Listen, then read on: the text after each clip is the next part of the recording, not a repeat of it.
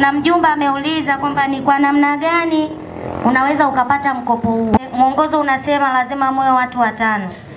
Mnaanza watu 5, mnakaa, mnavokaa kwenye vikao, mnakuwa na katiba yenu na mnapeleka wilayani kwenye ofisi ya maendeleo ya jamii ili kikundi kiweze kupata usajili. Nyakanazi safi. Baada ya kikundi kusajiliwa, mnawasilisha maombi kwa afisa maendeleo ya jamii kata Lusa. Cha kwanza kabisa kabla hamjafika kwenye ofisi zetu, nikimaanisha kijiji na kata, mnaweza kumwajibisha mtu yule mnayeona na dolola kupitia miongozo na kanuni ambayo umejiwekea kwenye katiba yenu. Kwa hiyo anataka iwepo. Lakini pia barua ya kuomba mkopo ni kiambatanisho ambacho kinatakiwa ukiambatanishe kwenye maombi yale. Lakini pia lazima uwe na andiko la mradi. Mwongozo unasema ili upate hela ya mama, hautaki uwe unaanza biashara. Yaani sio kusema anakupa hela uende ufungue biashara. Hapana. Anataka kubusti kwa kile ulichoanza nacho.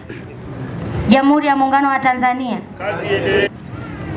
Kikundi kama kikundi mkishajiunga mkiwa 5, lazima kila mmoja awe na mradi. Ule mradi ili nyinyi mkizi vigezo tuweze kuwapa mkopo, tutatembelea miradi yenu. Kila miradi iliyoainishwa kwenye barua za kuomba mkopo, lazima tutafika kwenye miradi hiyo kukagua. Jamhuri ya Muungano wa Tanzania. Kwa hiyo kwa wale wote ambao mmetuma maombi, wapo walioanza awamu ya kwanza wamepata mkopo, lakini pia dirisha la awamu ya pili lilifunguliwa tarehe 19 mwezi wa pili, wametuma maombi na bado tunaendelea kuyachakata. Tutatembelea kwenye miradi husika, tutapitia vikundi kimoja baada ya kingine. Kwa wale ambao watakizi matakwa ya serikali na miongozo inaposema, watapata mikopo. Nitoe rai yangu kwa wananyakanazi ambao wengine mmeshapata mikopo. Kuna kata jirani mtu amepata milioni 5, milioni 3 ameenda kulipa blaka, amelipa deni. Kuweni waaminifu. Ndio maana hata wengi wanaokuja kuomba mikopo na wasisitiza, angalia watu mnaochaguana. Niko na fulani, niko na fulani, niko na fulani. Je, tuna uwezo wa kumudu kurejesha hii hela ipasavyo? Kama unaona huyu mtu, naongea na kwa wale ambao labda washatuma maombi na wengine wanatarajia kutuma maombi kwa awamu nyingine itakapofunguliwa. Sio mnajishikamana ili mradi mwongozo unasema watu 5, mnajikusanya ili idadi itimie mje mpate hela. Hapana. Huu ni mkopo wa kikundi kizima. Akitokea mmoja akafeli kurejesha, tunawajibisha kundi. Mmoja amekosea, hajaorejesha ipasavyo, sisi hatutaangalia fulani amefanya hivi, fulani amefanya hivi. Tutawajibisha kundi kama kundi linatakiwa kurejesha kiasi hicho. Ila siombei mpaka tufike kwenye sheria. Natarajia mtakaochaguana au mtakaounda kundi ni waaminifu kabisa na mmeona mnaweza kumudu kile mlichokiomba. Jamhuri ya Muungano wa Tanzania.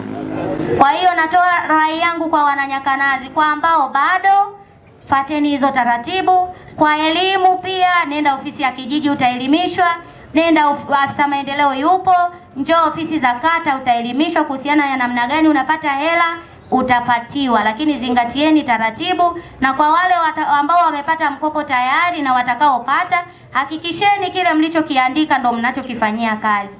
Sio mnapata hela nyie mnabadilisha matumizi ya fedha. Unapata hela unapeleka kulipa blaka.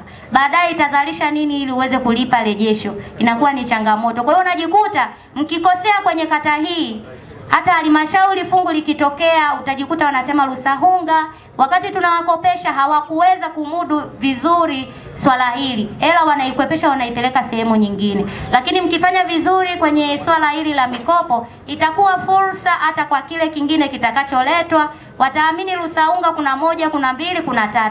Kwa hiyo hata hiki tusiwanyime. Msiniangushe wana Lusahunga na msiniangushe wale wote walioomba mkopo na wanaojipanga kuomba mkopo. Jamhuri ya Muungano wa Tanzania. Mheshimiwa Diwani, naomba kuwasilisha. Hii ni RPS Media TV Tanzania. Endelea kuwa nasi katika televisheni yako. RPS Music. Nyakanazi safi, kazi zetu safi, RPS safi, studio safi, Nyakanazi safi. Hii ni RPS Media TV Tanzania. Endelea kuwa nasi katika televisheni yako.